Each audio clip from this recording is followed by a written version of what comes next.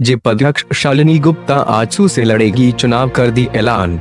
भाजपा को देगी इस्तीफा। शालिनी गुप्ता ने आजसू से चुनाव लड़ने की घोषणा की। कोडरमा विधानसभा 2019 की बिगुल बज चुका है। विधानसभा चुनाव और भी दिलचस्प हो गया है। दिन शुक्रवार को झुमरी तिलैया होटल सूर्या बैंक्वेट में जेप अध्यक्ष शालिनी गुप्ता में झारखंड स्थापना दिवस के दिन साक्षी मानकर जनता के बीच की खुली ऐलान कि मैं आजसू से चुनाव लड़ूंगी। चुनाव की घोषणा सुनते ही लोग शालिनी गुप्ता के पक्ष में शालिनी गुप्ता जिंदाबाद जोरदार नारे कार्यक्रम के अंत तक लगते रहे। नॉमिनेशन से पहले भाजपा से इस्तीफा देने का भी खुला ऐलान कर दिया गया है। हर पार्टी अपनी अपनी प्रत्याशी मैदान में उतर रही है। जिला परिषद अध्यक्ष श्रीमती शालिनी गुप्ता ने आशा लगा के रखी थी कि भाजपा उसे कोडरमा विधानसभा का उम्मीदवार बनाएगी, परंतु भाजपा ने फिर श्रीमती मीरा यादव को अपना प्रत्याशी बनाया है। ऐसी स्थिति में श्रीमती शालिनी गुप्ता ने कोडरमा विधानसभा से चुनाव लड़ने की घोषणा कर चुकी है। उन्होंने कहा कि बहुत ही जल्दी मैं भाजपा से इस्तीफा दूंगी और इस विधानसभा चुनाव में आजसू पार्टी से चुनाव लड़ूंगी।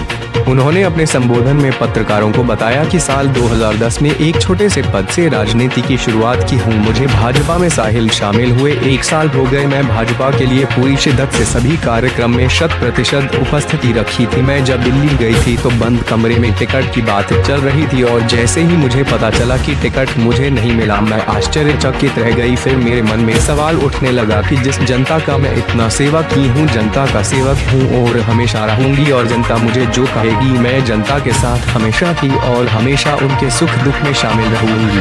उन्होंने कहा कि राजनीति ही एकमात्र साधन है जिसमें युग धर्म को निभाने के लिए एक कुशल नेतृत्व की जरूरत है। पिछले 5 साल कोडरमा भ्रष्टाचार से लिप्त रही मजदूर किसान को कुछ नहीं मिला, युवाओं को रोजगार भी नहीं मिला।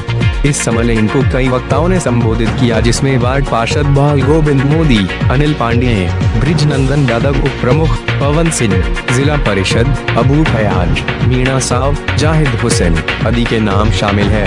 मोर्चा संचालन प्रोफेसर बीनपी बर्नवाल एवं संजीव समीर ने संयुक्त रूप से कर रहे थे। कार्यक्रम में काफी संख्या में लोग मौजूद थे, जिसमें विनोद शर्मा, बॉबी कुमार, बबलू कुमार, धीरज कुमार, रणदीप कुमार, अयूब खान, मोहसिन आलम, तौफीक हुसैन, विकी केशरी, रणदीप कुमार आदि मुख्य रूप से शामिल थे।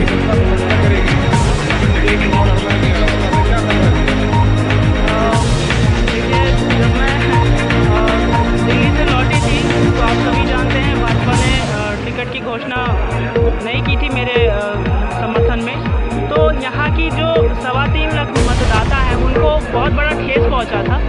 और तब से लेकर आज तक कोडरमा की जनता हमेशा लगातार कई मैसेजेस के माध्यम से, सोशल मीडिया के माध्यम से या घरों पर आकर लगातार मुझे प्रेरित करने का काम किया और उनकी ये भावना थी कि मैं इस चुनावी संग्राम में उतरूँ और यहाँ के लोगों को न्याय दिलवा सकूँ। तो निश्चित तौर पर उनकी भावनाओं को कदर करते हुए और उनके आकांक्षा के अनुरूप हमने ये निर्णय लिया है कि हम ये चुनाव लड़ेंगे और कोडरमा विधानसभा में जनता के आशीर्वाद से विजयी होंगे।